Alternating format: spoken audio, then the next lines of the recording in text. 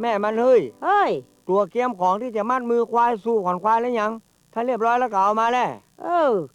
สู้ขวัญควายห้องขวัญควายปะติเนี่ยมันยังสูอ๋อการมัดมือควายเนี่ยกะมันเป็นการขอสู่มาลาโตดควายเวลาว่าเฮาเอาควายเนี่ยไปใส่นาเฮาได้เคี่ยนได้ตีได้ด่ามันเนี่ยขวัญหนีดีล่าเฮาก็จะได้ฮ้องเอาขวัญมันปิกมากะตัวแล้วไผจะแม่มาดหือก็ไปขอลุงใจนะกะเปิ้นเกยยะโลมัดมือควายเนี่ยฮัลโหลลุงใจเปิ้นมาให้แล้วฮะ À, hắn đá khọp đá của anh nhàng mốt ra cả. นี่เหรอค่าอะไรอย่างพ่อของลุงใจเจอผมเพิ่มเติมอย่างก็บอกมาเถอะ Ảo trăng ốt trăng chạy tối cảnh cu khổ nhờ khó chu hoàn khoái nè.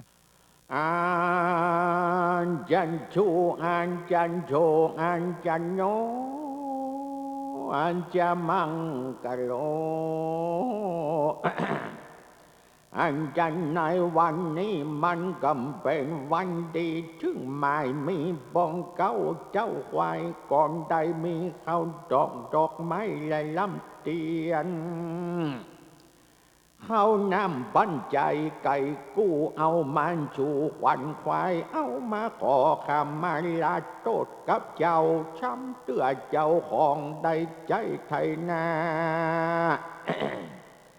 ได้ดีได้ดาด้วยวันจามบรรชมควันยะเฮือควันตกใจฉันดุงหนีไปตั้งอื่นกังคอเฮือควันของเจ้าปิกมังกินหญ้ากินข้าวกินน้ำอยู่กำเนื้อกำตัวอยู่กับหัวกับเก่าต่อไปนี้ก็ขอให้เจ้าควายได้อยู่ดีมีสุขเกิดลูกนักเหมือนแมงไม้เกิดลูกลายเหมือนแมงเมาจะสู้ขวัญเจ้าเอาไว้ว่าขวัญเจ้าจุงมาจุงมา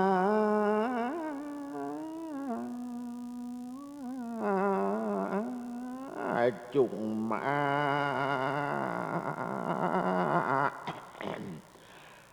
พุนโธมัดธรรมโมมัดฉังโฆมัดเอาเรียบร้อยแล้วเนอะ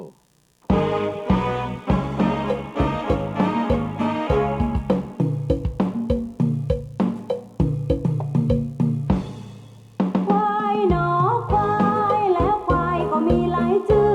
คนไทยเขาเรียกกระบือบางคนนั่นหรือเรียกไอ้ดุยควายตัวหลุดลุยบ่เอียงอายควายตามสบายกายา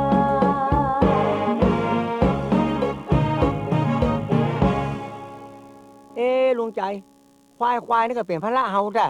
ยะนาแล้วก็จะเป็นได้เลี้ยงได้ดูมันอย่างเอี้ยน่ะ ก็จะเนี่ยอย่างใดมั้งที่เขาได้กินข้าวถึงวันนี้ก็เพราะควายเนี่ยหรอก เฮาเกิดไปเกิดมาเนี่ยเฮาจะขายเปลี่ยนเป็นควายเล็กเขยดีจ้าโอ้อย่าจะไปเกิดอย่างอันเนอแชมเกิดพอดีๆนะรถไถนี่มันกินน้ำมันหรอกแล้วก็มันเฉียได้ช่อมได้แชมแถมต่างหากควายนี่กะช่อมก็บาได้ช่อมน้ำมันก็บาได้เติมกินกันเนี่ยไถนาตัวก็ได้ออก เกิดอย่างอันก็เป็นอย่างอันนะลุงใจ แต่ว่าควายเนี่ยไถนาเนี่ยมันมาตันรถแล้ว ของอย่างอีมันแล้วแต่ใจไผใจมันเนาะแต่ลุงนี่ถึงบักขายเนาะมันเป็นควายผักกูนเป็นควายแม่เก่าสมัยเจนป่อลุงบุญละ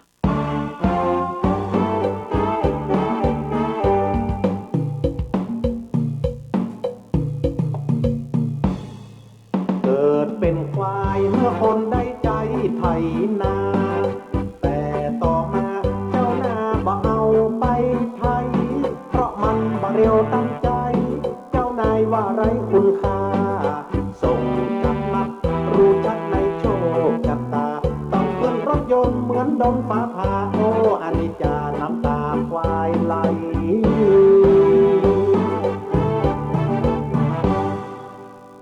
โอ้ไอ้แชมป์ไอ้แชมป์ครับ มึงเอาควายมาขายแต่ลุงนี่โอ้ก็ขายแต่กับเว็บขายเล่นได้จะได้หรอมึงขายเจ้าไหน14ขายแล้วลุงใจ โอ้ยพอควายไอ้แชมป์ให้เหรอขึ้นรถไปปุระเขาถ้าจะเอามันไปเอาไป เอาไปเหียกาน่ะชาตุขอให้คนใจบุญมาถ่ายไว้กับโนเอ็งดูมันพอให้นะน้ำตาย้อยปิกชิกอ่ะ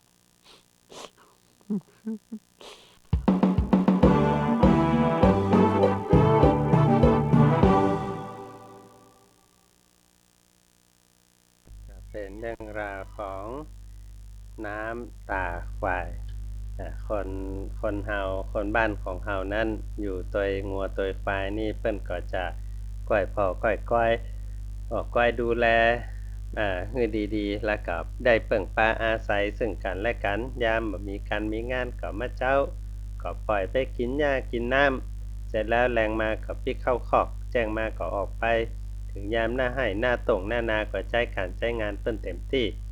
หลังจากที่เซตหน้าเข้าหน้าอย่างเรียบร้อยแล้วก็จะมีการขอสุมาอย่างในเสียงเพลงนี่เนาะคนเฮาเพิ่นได้พอว่าในชีวิตของงัวของควายนั้นก็คือสัตว์ที่มีชีวิตเนาะแล้วก็มีพระคุณต่อเฮาตัวดังนั้นการล่วงล้ำกรรมเหลือบางทีตอนใจงานเพิ่นนี่เอาได้บุบได้ตีได้เคียนแล้วบางทีได้เอิ้นว่าคือกันด้วยนะก็จะเป็นแฮมสิ่งหนึ่งที่คนเฒ่าสมัยโบราณของเฮานี้เพิ่นได้พิจารณาว่าบางทีอาจจะล่วงเกินกันควายมันอาจจะฟังรู้เรื่องก็ได้นะเนาะแต่มันก็เห็นกิริยาท่าทางแห่งความโมโหโกรธาความได้บุบได้ด่าได้ว่าได้อย่างมันบางทีมันก็โคตรกันเหมือนในนิยายเรื่องโคนันทวิสารเนี่ยเนาะม่วนขนาดงัวก็ยังชอบหรอกพอบ่ม่วนแล้วโอ้ลากหยังก็ตึงบ่ลากคือจักก็ตึงบ่จักคือจุงก็ตึงบ่จุงบ่เอาให้สักอย่างต้องปิกมาม่วนๆกันดังนั้นในช่วงครั้งหนึ่งหลังจากที่เราได้ใช้การใช้งานเปิ้นไปแล้ว1ปี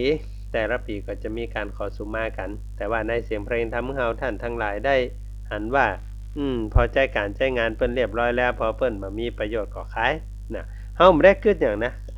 ขายไปได้สตางค์ก็ได้ก็ซื้อตั๋วใหม่มาแต่ในทางหนึ่งว่าเติงเวลาก็ใช้การใช้งานเปิ้นเต็มที่พอหันว่าใช้ประโยชน์บ่ได้ขายเปิ้นขายไปไหนนะมันก็ไปโรงฆ่าสัตว์เนาะก็เอ็นดูมันเหมือนกันนะถ้ามาคิดถึงว่าถ้ามันได้น่ะมันจะบอกเฮาว่าได้หาโอ้ยยังใหญ่น่ะได้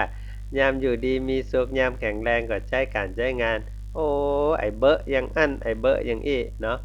ไปมาคือเปิ้นเอาเฮาไปฆ่าเห็นแล้วนะเอามาลาบมากินอันเนี้ยที่มาตะกี้นะจะยุบก็จะละก็เสียดายน้ำตาน้ำลายก็ปอๆกันน่ะลุงใจนี่เปิ้นโอ้ฮักผูกพันได้ห้องขวัญมาหลายเตื้อมาหันแล้วก็บ่ฮู้จะว่าใดเพราะมันแจ้ของเฮาเป็นของเปิ้นนะก็ถ้ามีสตางค์ก็จะได้เอาก็เลยอธิษฐานว่าขอให้ได้ปะคนดีมีศีลมีธรรมคนมีเงินมีทองที่ใจบุญกุศลมาไถ่มาถอนเอาชีวิตไปถ้าแบบนี้ก็จะเป็นสิ่งที่ดีเนอะอันนี้คืองัวที่มีอายุแล้วคนมาไถ่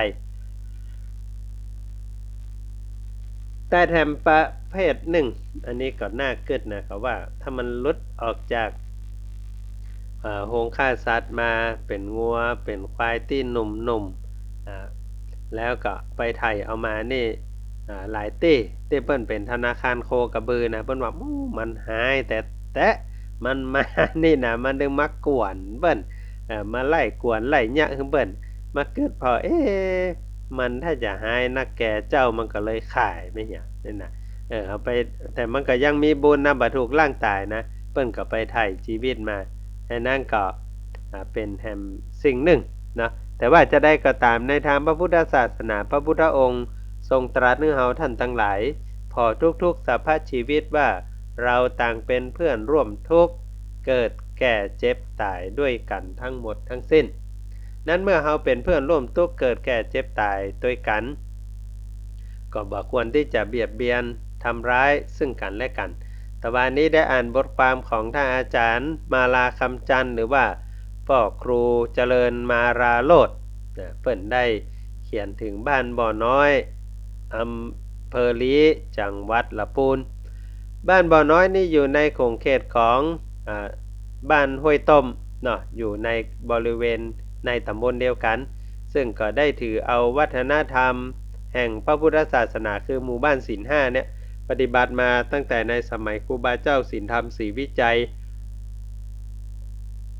อยู่มาในสมัยครูบาวงศ์แล้วก็ได้ปั่มเปงปฏิบัติ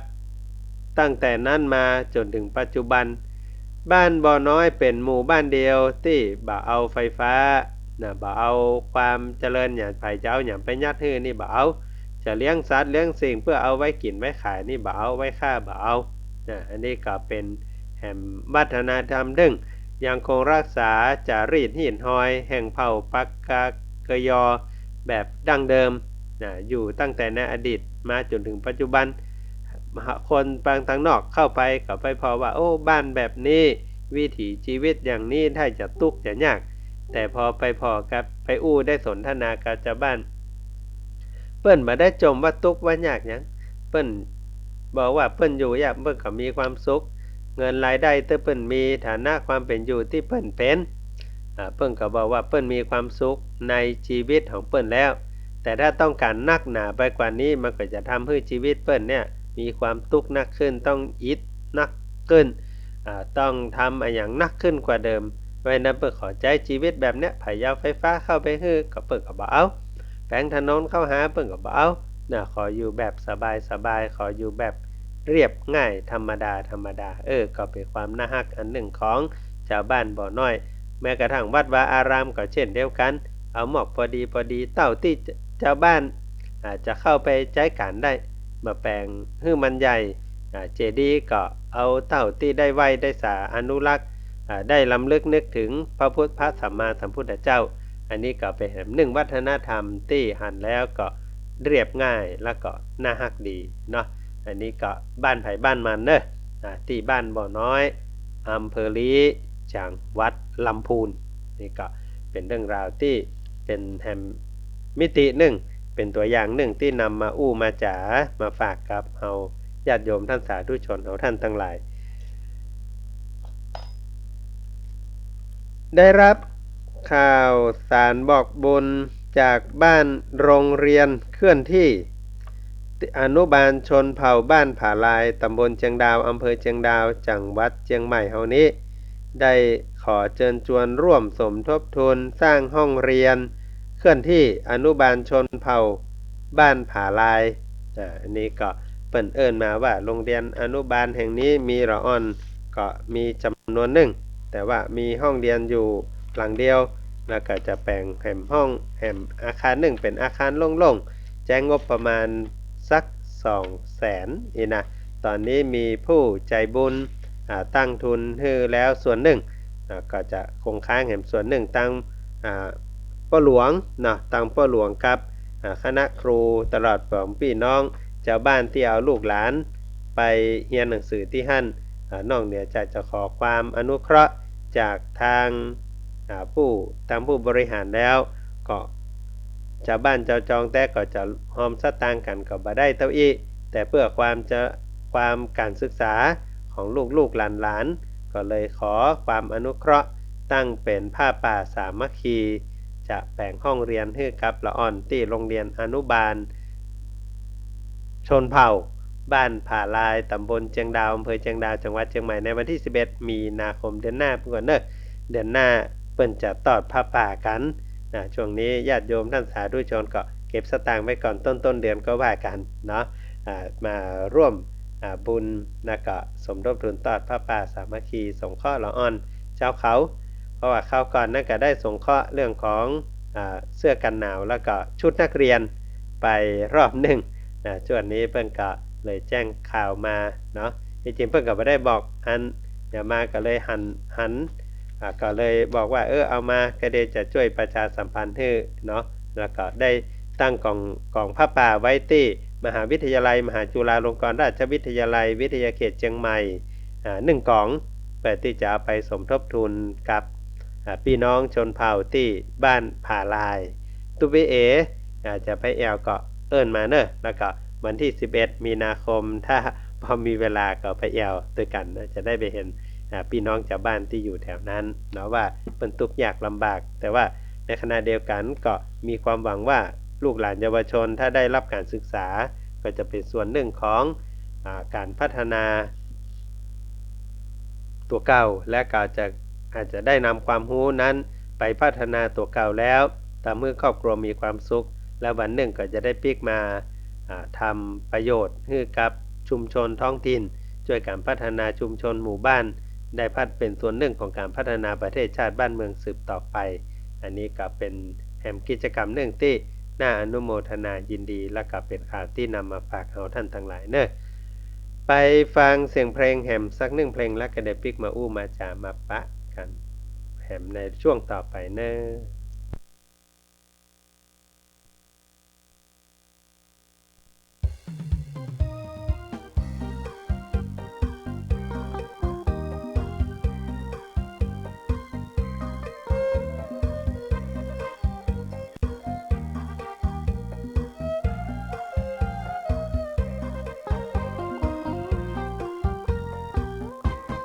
มือ10 นิ้วลูกขอไว้สา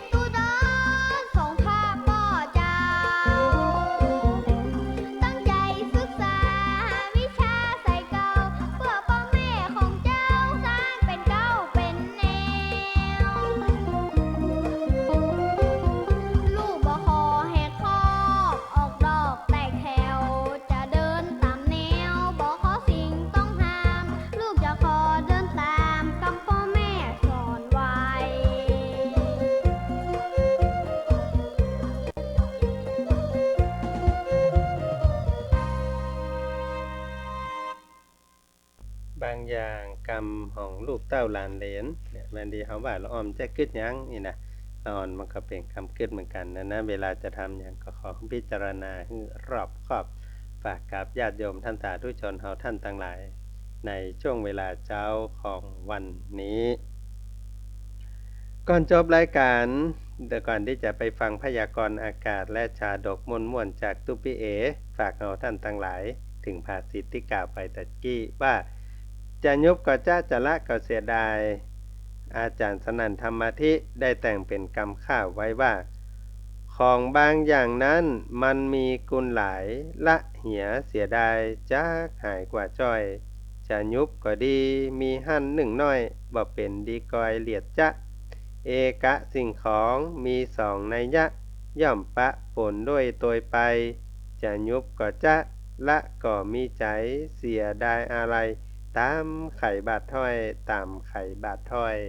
ดังนั้นของทุกอย่างมีคุณและมีโทษในตัวของตัวเองในดีมีเสียในเสียมีดีเพราะฉะนั้นเวลาหั่นของดีก็เกิดถึงว่ามันมีข้อบกพร่องใหญ่พ่องและถ้าเรารับข้อบกพร่องนั้นได้เราก็จะอยู่ตัวมันได้ตลอดและถ้าได้ของที่บดีก็ลองมาพอว่าเอาไปใช้ประโยชน์อย่างได้แถมแม้กระทั่งขี้ขงขี้เยื่อเอาไปกองไว้ปื้นต้นไม้ก็ยังกลายเป็นปุ๋ยได้ชีวิตคนเฮาก็คงบ่ต่างกันวันนี้เวลาของรายการหมดลงแล้วกระเดกก็ไปปากกับรายการธรรมะเพื่อประชาเสียงจากชุมชนป่าแดงและสันทรายหลวงเป็นลำดับไปเนอะขอบารมีแก้วเจ้าทั้ง3คุณตาลศีลภาวนาปกข่มรักษาครูบาอาจารย์ญาติโยมท่านสาธุชนทุกท่านอยู่เย็นเป็นสุขจุ่มเนื้อเย็นใจสุขภาพพลานามัยสมบูรณ์แข็งแรงหิมาค้าขึ้นเจริญรุ่งเรืองเหมือนกันทุกท่านทุกคนเทินขอเจริญพร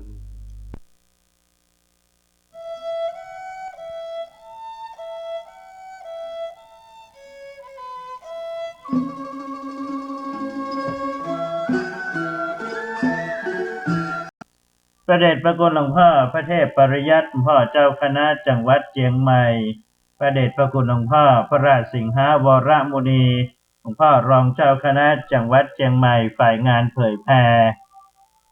หลวงพ่อพระครูโคสิทธิ์ประยัตยาภรณ์พ่อเจ้าคณะตำบลสุเทพเขต1วัดป่าแดงมหาวิหารหลวงพ่อพระครูปริยัติยานุสารพ่อรองเจ้าคณะอำเภอเมืองเชียงใหม่ฝ่ายการเผยแผ่วัดป่าหินครูบาอาจารย์เจ้าโจตนเจ้าองค์ เจริญพรญาติโยมส่วนธรรมและกัลยาณธรรมทุกผู้ทุกท่านที่กำลังรับฟังสถานีวิทยุกระจายเสียงพระพุทธศาสนาแห่งชาติและสังคม FM 104.50 เมกะเฮิรตซ์อากาศณวัดฝ่ายหินอำเภอเมืองจังหวัดเชียงใหม่พร้อมด้วยคลื่นกัลยาณธรรมเว็บไซต์กัลยาณมิตรเสียงตามสายห่อกระจายข่าวทุกวัดทุกวาทุกหมู่บ้านตัวเช้าวันนี้หลังจากที่ได้ฟังน้ำฟังธรรมในรายการมรดกธรรมกำเมืองของท่านอาจารย์พระครูวิสิทธิ์ศรีละพรวัดวังสิงห์คำรายการธรรมะเพื่อประชาชนของท่านอาจารย์พระครูธีระสุตพจน์สวดตุเจ้าหลวงวัดม่อนแสนสุขจบลงเป็นที่บรมวลไปเรียบร้อยแล้วก็มาพบปะอุจจากันเป็นประจำ8 โมงถึง8 โมงครึ่งโดยประมาณในรายการเสียงจากชุมชนป่าแดงและสันทรายหลวงเช้าวันนี้เป็นเช้าวันพฤหัสบดีที่11เดือนกุมภาพันธ์พุทธศักราช2559เริ่มต้นรายการด้วยพุทธศาสนาสุภาษิตประจำวันประจำเช้าวันนี้นำเสนอพุทธศาสนาสุภาษิตในบทที่ว่าเศรษทันทะโทเศรษฐมุเปติหานังเศรษทันทะโทเศรษฐมุเปติหานังแปลว่าผู้ให้สิ่งประเสริฐย่อมถึงฐานะที่ประเสริฐผู้ให้สิ่งประเสริฐย่อมถึงฐานะที่ประเสริฐคำว่าให้สิ่งที่ประเสริฐนั้นก็หมายถึงสิ่งที่ดี สิ่งที่งามสิ่งที่เป็นคุณสิ่งที่จะทำให้คนที่ได้รับมีความสุขทั้งกายสุขทั้งใจแต่สิ่งที่องค์สมเด็จพระสัมมาสัมพุทธเจ้าทรงตรัสว่าประเสริฐที่สุดคือชนะที่สุดคือดีที่สุดก็คือการให้ธรรมะคือคำสอนที่ดีงามเป็นคำสอนที่องค์สมเด็จพระสัมมาสัมพุทธเจ้าทรงตรัสไว้ดีแล้วการให้สิ่งที่ประเสริฐไม่ว่าจะเป็นสิ่งใดก็ตามที่ให้ด้วยใจให้ด้วยความเต็มใจให้ด้วยความดีงามให้ด้วยความเมตตากรุณาและให้ด้วยความสุขใจของผู้ให้ก็ย่อมที่จะได้ฐานะที่ประเสริฐคือถ้าให้สิ่งของที่ดีก็จะมีสิ่งของที่ดีได้ปิกมาได้ใจได้สอยถ้าให้สิ่งที่เป็นธรรมะคำสอนคำแนะนำที่ดีก็ย่อมที่จะมีกัลยาณมิตรมีผู้คนที่จะร่วมในการที่จะทำคุณงามความดีเหล่านี้เป็นต้นเอาห้องว่าฐานะก็คือความเป็นอยู่ที่ดีงามทั้งในความเป็นอยู่ในเรื่องของการกินการอยู่และความเป็นอยู่ในเรื่องของการเคารพนับถือเหล่านี้เป็นต้นเหมือนกับที่องค์สมเด็จพระสัมมาสัมพุทธเจ้าทรงประพฤติปฏิบัติว่าเฮือสิ่งที่ประเสริฐพระองค์ก็เฮือธรรมะจนเป็นที่ยอมรับและเป็นที่สักการะบูชาของมนุษย์และเทวดาทั้งหลายอันนี้ก็ฝากกับพ่อแม่พี่น้องไว้พิจารณากันในเจ้าวันนี้ตัวกรมอุตุนิยมวิทยา ได้รายงานพยากรณ์อากาศประจำวันพฤหัสบดีที่11กุมภาพันธ์ว่าบริเวณความกดอากาศสูงที่ปกคลุมบริเวณประเทศไทยได้มีกำลังอ่อนลงแล้วลักษณะเช่นนี้จะทำให้มีอุณหภูมิสูงขึ้น 2-4 องศาแต่ว่ายังคงมีเมฆหมอกในตอนเช้าในบางพื้นที่และภาคเหนือภาคอีสานภาคกลางตอนบนก็ยังคงมีอากาศหนาวเย็นเช่นเคยสำหรับภาคเหนือเช้าวันนี้ถึงเช้าวันพรุ่งนี้อากาศยังหนาวเย็นต่อไปและมีเมฆหมอกในตอนเช้าตึงหมอกตึงควันในช่วงนี้ถ้าเดินทางไปที่ไหนก็จะเห็นควันไฟเนี่ยเกิดขึ้นเพราะนั้นการที่จะไปเผาป่าเผาแพะเผาป่าอันเนี้ยบอกควรจะทำนะเพราะว่าจะทำให้มลภาวะเป็นพิษได้ในภาคเหนือนั้นจะมีอากาศหนาวในตอนเช้าโดยจะมีอุณหภูมิสูงขึ้น 2-3 องศาอุณหภูมิต่ำสุดในภาคเหนือสำหรับวันนี้ 11-16 องศาบนยอดดอยก็ยังมีอากาศหนาวจัดอยู่และก็มีอุณหภูมิต่ำสุดอยู่ที่ 2-9 องศาสำหรับในช่วงกลางวันนั้นอุณหภูมิสูงสุดอยู่ที่ 30-33 องศาก็เริ่มร้อนละ เริ่มร้อนละพ่อแม่พี่น้องมุ่นส่วนธรรมและกัลยาณธรรมต้องดูแลสุขภาพเนื่องจากอากาศเปลี่ยนแปลงอาจจะเป็นเมื่อยเป็นไข้กันได้เป็นหวัดเป็นไอเป็นจามกันได้ต้องดูแลแต่แถมอย่างหนึ่งการเดินทางก็โปรดระมัดระวังโดยเฉพาะการเดินทางที่ไปบริเวณที่ถูกไฟไหม้ป่าเหล่านี้เป็นต้นควันอาจจะแห้งอาจจะมีควันไฟปกคลุมถนนหนทางก็ต้องระมัดระวังไว้ตัวการวัดประจำวันในเช้าวันนี้นำเสนอคำว่าสมานฉันท์คำว่าสมานฉันท์นั้นหมายถึงการมีฉันทะเสมอกันมีความพอใจร่วมกันพร้อมใจกันมีความต้องการที่จะทำการอย่างใดอย่างหนึ่งตรงกันหรือเสมอเหมือนกันในทางที่ร้ายหรือดีก็ได้คือสมานฉันท์นี้เป็นไปในทางที่ ร้ายก็ได้ที่ดีก็ได้ขึ้นอยู่กับเหตุในการที่จะพร้อมใจกันร่วมใจกันนะถ้าเป็นไปตามที่หายก็คือตามที่บดีนะก็คือทำความเดือดร้อนให้แก่ส่วนรวมนะแต่ถ้าเป็นไปตามที่ดีอย่างเช่นนะชวนกันในการที่จะทำบุญร่วมกันนะก่อสร้างห้างแฝงนะวัดวาอารามสะพานพุทธะนะพุทธน้ำบ่อก่อศาลาเหล่านี้เป็นต้นอันนี้ห้องว่าชวนกันไปในทางที่ดีคือพร้อมใจกันในการทำสิ่งที่ดีที่งามอันนั้นคำว่าสมานฉันท์นั้นคือมีความพร้อมใจร่วมกันพร้อมใจกันแต่ว่าควรจะทำในสิ่งที่ดีที่เป็นประโยชน์ที่สร้างสรรค์และก็ที่ดีงามนะเพื่อที่จะได้เกิดความสุขแก่หมู่คณะได้เมื่อหมู่คณะพร้อมใจกันทำก็อย่าชวนกันไปในทำที่บดีนะควรชวนกัน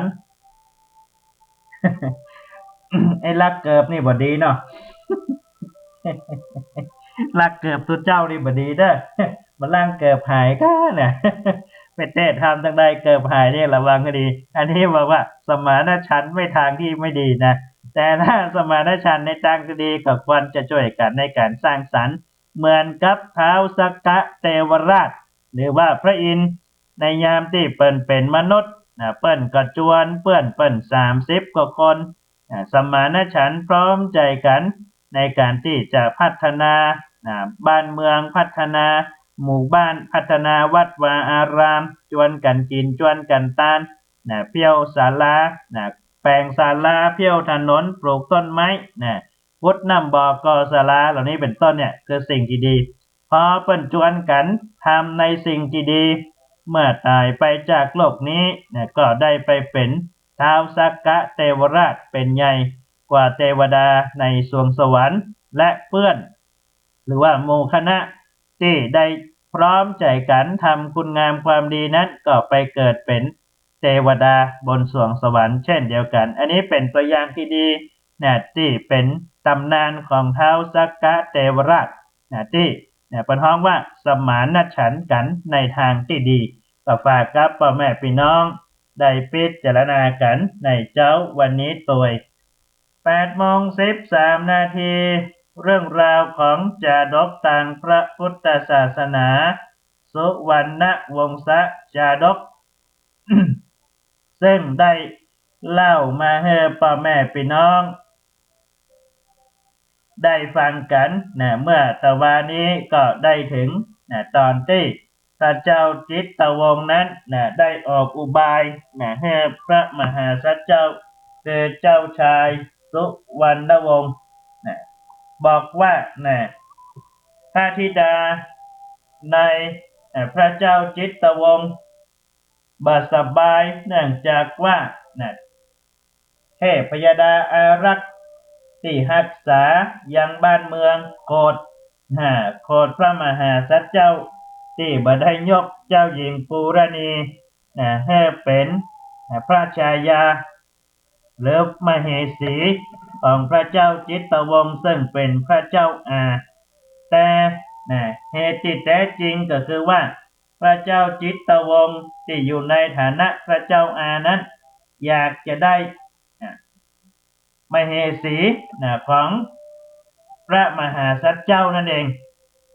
เมื่อเป็นเช่นนี้พระมหาสัจเจ้าก็รู้ถึงอุบาย ของพระเจ้าจิตตวงศ์จึงได้ไปกราบทูลต่อพระมารดาคือผู้เป็นพระมารดาของพระมหาสัจเจ้าคือพระนางสุวรรณวงศาเล่าความตั้งแต่ต้นให้ได้ฟังพระนางสุวรรณวงศานั้นก็ โกรธพระเจ้าจิตตวงศ์ว่าเป็นคนใหญ่ละบ่น่าจะมาลู่มาแย่งของหลอนซึ่งมีฐานะเป็นหลานทั้งที่น่าจะส่งเสริมสนับสนุนแต่กลับอยากได้ของเปิ้ลอันเนี้ยอยากได้ของเปิ้ลเนี่ยก็เป็นการผิดศีลเหมือนกันนะ กาเมสุมิจฉาจารนี่นะ แต่ว่าพระมหาสัจเจ้านั้นพระองค์ก็บ่ได้แสดงอาการว่าพระเจ้าจิตตวงศ์ ที่อยากได้เจ้าหญิงปูรณีนั้นนะพระมหาสัจเจ้าก็บ่ได้แสดงอาการขัดขืนอย่างไหนนะก็รับอาสาที่จะไปนำเอาดอกกะมุดในนาคพิภพนะมาให้พระเจ้าจิตตวงศ์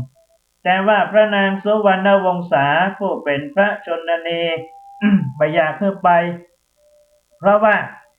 หนทางอันไกลเหลือนะนาคพิภพน่ะอยู่ตรงไหนก็บ่ฮู้ได้แล้วครั้งนี้นะเวลาเดินทางของพระโอรสนะก็บ่ฮู้ว่าจากกันครั้งนี้นะจะได้ปิกมาหันหน้ากันเมื่อใดในขณะที่เจ้าหญิงปูรณี ซึ่งเป็นพระชายาของพระมหาสัจเจ้านั้นก็ทรงพระครรภ์ได้5 เดือนพระมหาสัจเจ้าจึงได้ทูลต่อพระนางสุวรรณวงศา ผู้เป็นพระมารดา ว่านะขอให้พระมารดานะได้รักษาปูรณีผู้ที่มีครรภ์ซึ่งเป็นหลานนะอยู่ในท้องช่วยป้องกันอย่าให้เป็นอันตรายจนกว่าลูกจะได้ปิกมาพระมหาสัจเจ้าจึงได้ทูลลาพระมารดาและก็ได้ลาผู้เป็นมเหสีคือเจ้าหญิงปูรณีเดินทางไปยังป่าหิมพานต์พร้อมด้วยบรรดาเสนาบดีแม่ทัพนายกองพระมหาสัจเจ้าเมื่อเสด็จไปถึงป่าหิมพานต์จึงได้บอกให้กับบรรดาอมาตย์แม่ทัพนายกองว่าท่านทั้งหลายส่งเฮาตักนี้ก็พอละ หลังจากนี้ไปเฮานั้นจะเดินทางเพียงคนเดียวเพื่อที่จะได้ไปยังนาคพิภพไปนำเอาดอกกะมดมาให้ได้พระมหาสัจเจ้าจึงได้ลาบรรดาแม่ทัพนายกองได้เสด็จดำเนินไปตามเถื่อนถ้ำ ไปตามซอกดอยนาทีปรงไพ ใช้เวลาประมาณเดือนหนึ่งพระมหาสัจเจ้านั้นก็เสด็จไปถึงเมืองร้างพอพระองค์ได้เสด็จไปถึงเมืองร้างก็ทรงเข้าไปสำรวจตรวจดูก็เห็นว่าบ้านเมืองล้างด้วยผู้คนและสรรพสัตว์แม้แต่ตัวเดียวก็ยังบ่หันจึงได้เสด็จไปยังปราสาทของเมืองล้างแห่งนั้นแล้วก็ได้ไปพบหันสุวรรณมัจจาแห่งหนึ่งพระองค์จึงทรงตรวจดูแล้วพระมหาสัจเจ้านั้นก็ได้สำรวจในปราสาทร้างแห่งนั้นจนไปพบประตูกลนี่ประตูกลพระมหาสัจเจ้าจึงเปิดประตูกลบนปราสาทร้างแห่งนั้นแล้วพระองค์ก็ได้ทรงหันนารีอันรูปงามจึงได้ถามไทยชื่อเสียงเรียงนามปรากฏว่านารีรูปงามคนนั้นชื่อว่าสุวรรณมัจจาสุวรรณมัจจานั้นเป็นเจ้าหญิงของเมืองร้างแห่งนั้นเมื่อเจ้าหญิงสุวรรณมัจจาได้หันพระมหาสัจเจ้าซึ่งเจ้าหญิงนั้นก็ได้ถามว่าท่านเป็นเทวดาเป็นมนุษย์เป็นคนท่านหรือว่าเป็นผีเสื้อน้ำปลอมตัวมา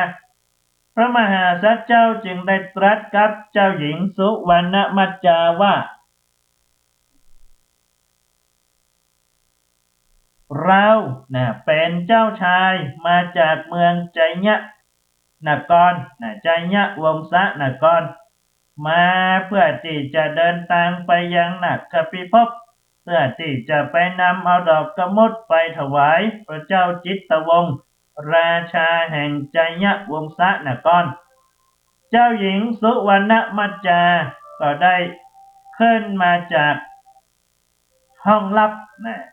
แล้วก็ได้กราบทูลต่อพระมหาสัจเจ้าไปว่าในเมืองแห่งนี้เป็นเมืองร้างเนื่องจากว่ามีผีเสื้อน้ำอาศัยอยู่ในสระโบกธรณีที่ป่ามหาวันมนุษย์หรือสัตว์เดรัจฉานเดาใดไปดื่มน้ำเก็บเอาเง่าบัวในสระโบกธรณีไปกินผีเสื้อน้ำตนนั้นก็จะยับเอามนุษย์และสัตว์ทั้งหลายไปกินเหี้ยเมื่อสมัยกาลครั้งหนึ่งนานมาแล้วพระอัยกาของหม่อมฉันดำรงตำแหน่งเป็นพระราชาในเมืองนี้แล้วพระองค์ก็เสด็จไปประพาสมาแล้วก็ได้โตยสัตว์ป่าตัวหนึ่งไปเพียงลำพังองค์เดียวแล้วก็ไปถึงที่สระโบกธรณีที่ในป่ามหาวันพระอัยกาจึงได้ลงส่งเสวยน้ำและเก็บเงาบัวในสระแห่งนั้นผีเสื้อน้ำที่เฝ้าสระแห่งนั้นจะยับเอาพระอัยกากินแต่ว่าพระอัยกานั้นขอชีวิตไว้แล้วก็ให้สัญญาว่าจะส่งมนุษย์และสัตว์ให้ผีเสื้อน้ำตนนั้นกินวันละคนในที่สุดประชาชนชาวเมืองก็ได้รับความเดือดร้อนก็พากันหนีออกจากบ้านจากเมืองไปหมดเพราะว่าบางอันจะถูกจับส่งตัวส่งซวยนี่คอร์รัปชันนี่ส่งซวยให้แก่ผีเสื้อน้ำตัวนั้นได้กินเป็นอาหารนี่อันนั้นก็เลยทำให้บ้านเมืองเป็นเมืองร้างหม่อมฉันนั้นจึงได้ถูกนำตัวมาซ่อนไว้ในห้องลับแห่งนี้ซึ่งพระชนกคือพระราชบิดาของหม่อมฉันนั้นท่านก็ได้นำตัวหม่อมฉันมาซ่อนไว้ในที่แห่งนี้จนพระองค์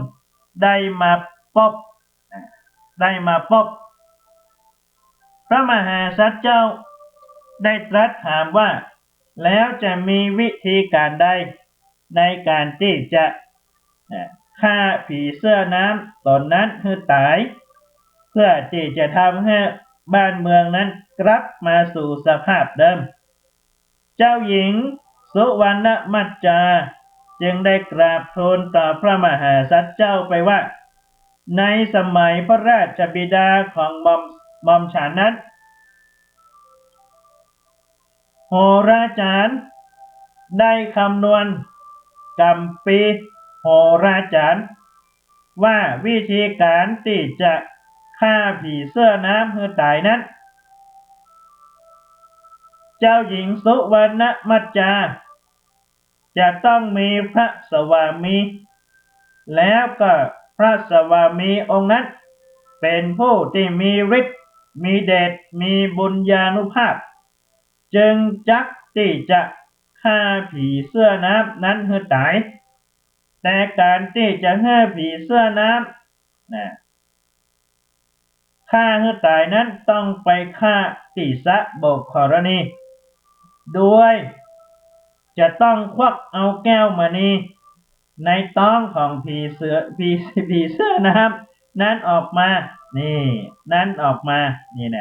ผีเสื้อน้ำก็จะตายได้แล้วก็เอากระดูกของมนุษย์และสัตว์ที่ผีเสื้อน้ำนั้นกัมเบอร์ภาษาเมืองว่ากัมเบอร์เอาออกมากองรวมกันแล้วใช้แก้วมณีวิเศษชุบชีวิตคนเหล่านั้นให้ฟื้นขึ้นมาเจ้าหญิงสุวรรณมัจจาเล่าความเหตุตั้งแต่ต้นให้พระมหาสัจเจ้าได้ฟังพระมหาสัจเจ้าได้ฟังแล้วจึงได้ตรัสว่าน้องหญิงปีนี้อาจจะช่วยในการฆ่าผีเสื้อน้ำตัวนั้นได้ เจ้าหญิงสุวรรณมัจจาจึงได้กราบทูลต่อพระมหาสัจเจ้าไปว่าหม่อมฉันรอดชีวิตได้เพราะว่าพระองค์ได้เมตตามาช่วยจบชีวิตใหม่หม่อมฉันถ้าเกิดว่าบ่มีพระองค์มาปบหม่อมฉันเนี่ยโอ้อันนี้มันผีเสื้อน้ำจะอยู่ตังบนนะบนดอยเนาะ ถ้าได้อีสักตนหนึ่งนี่ก็น่าสนใจจะเอามาล้างถ้วยเนาะ อะไรอยากขันผีเสื้อน้ำไม่นะต้องไปดูวัดม่อนมาได้เปิดส่งมาให้เนี่ย หม่อมฉันจึงถวายตนเป็นบาทปริจาริกาของพระองค์โอ้กันง่ายๆว่าเจ้าหญิง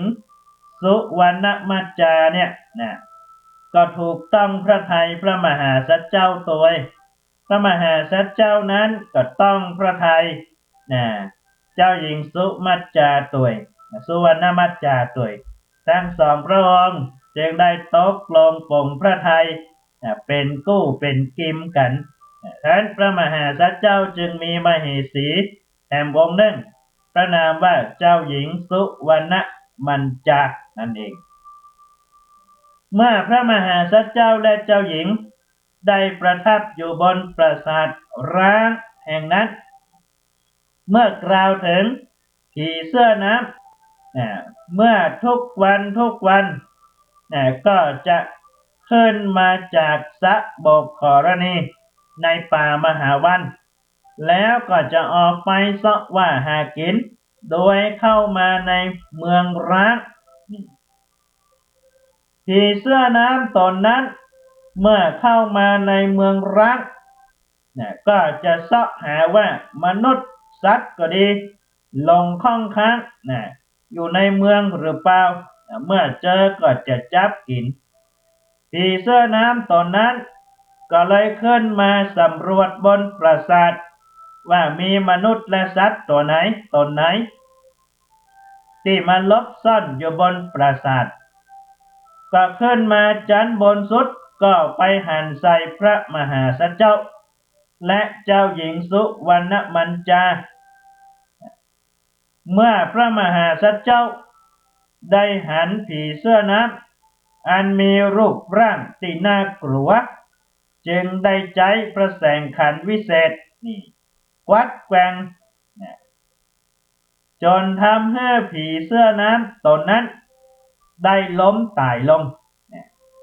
แสงพระขันแก้วบรรลือสนั่นดุจเสียงฟ้าฟาดพาเอาหัวใจผีเสื้อน้ำทำให้ถึงแก่ความตายพระมหาสัจเจ้าจึงได้ตรัสห้องเจ้าหญิงสุวรรณมัญจาเธอมาพอว่าแม่นผีเสื้อน้ำตนนี้ก็เจ้าหญิงก็บอกว่าแม่นแล้วเพคะอีนะพระมหาสัจเจ้าจึงใจพระแสงขันพาเอาต้องผีเสื้อน้ำก็หันกระดูกของผู้คนและสัตว์ทั้งหลายเต็มต้องแล้วก็ได้พบกับรัตนมณีพระมหาสัจเจ้าจึงช่วยกันกับเจ้าหญิงคนเอากระดูกของมนุษย์ทั้งหลายมาต่อเรียงกันเป็นรูปเป็นร่างหลังจากนั้นจึงได้ใจแก้วมณีวิเศษแจ่ลงในน้ำแล้วก็เอามาหดในกระดูกทั้งหลายหดบนกระดูกทั้งหลายผู้คนทั้งหลายก็ได้ฟื้นคืนชีพมารวมไปถึงพระราชาและพระมเหสีเรื่องราวของผีเสื้อน้ำจบลงแต่ว่าเรื่องราวของพระมหาสัจเจ้ายังไม่จบต้องติดตามกันต่อไปว่าจะเข้มข้นขนาดไหนในวันต่อไปวันนี้เวลาเสี่ยงแล้วอาตมาภาพต้องนำรายการจากพ่อแม่พี่น้องไปก่อนอย่าลืมนะที่วัดม่อนแสนสุขกำลังสร้างอู่เข้าอู่น้ำที่วัดสันทรายหลวงกำลังแปลงเจดีย์วิหาร ถ้าท่านใดมีเวลาก็มาร่วมกินร่วมทานไปกันส่วนที่จะเดินทางไปเชียงดาวครับอาจารย์พระครูนั้นก็ว่ากันเมื่อถึงกาลเวลาวันนี้ขอความสุขสวัสดีจงบังเกิดมีแด่ทุกท่านขอเจริญพรมีศรัทธาญาติธรรมหลายท่านโอนสตังมาเอาซองมาฝากเพื่อพี่หนานไปทำบุญแทนฮื้อก็ขอโมทนาสาธุการก็ขอเชิญวัดเฮานั้นมีลูกพระลูกเนนอยู่นักอยู่หลายเป็นร้อยกว่าชีวิตนะมาห้ำเฮียนศึกษาทั้งทางโลกทั้งทางธรรมเนาะจากที่ต่างๆนะแม้แต่เพื่อนบ้านข้างเคียงก็ได้มาอยู่อาศัยอยู่ที่วัดฝายหินมาห้ำเฮียนศึกษาน้ำธรรมคำสอนนะครับเพื่อที่จะได้เอาไปเผยแพร่ในโอกาสต่อไปในภายหน้าไผที่ตัดวันเกิดวันสำคัญอย่างใดอย่างหนึ่งเกิดบ่ออกบอกบ่ถูกบ่ฮู้จะไปทำบุญที่ไหนติดต่อมาได้เนอะที่053-226-058มาถวายภัตตาหารเจ้าภัตตาหารเพนจะมามอบถวายเป็นทุนการศึกษาลูกพระลูกเนนก็ได้ตลอดจนถึงจะร่วมบุญในส่วนของทุนในการเผยแพร่พระธรรมคำสอนทางสถานีวิทยุ FM 104.50 เมกะเฮิรตซ์อันนี้ก็ขอเชิญชวนกันไว้เนอะเอาละเดี๋ยวสักกรรมฮือพี่หนานอุดวุฒิ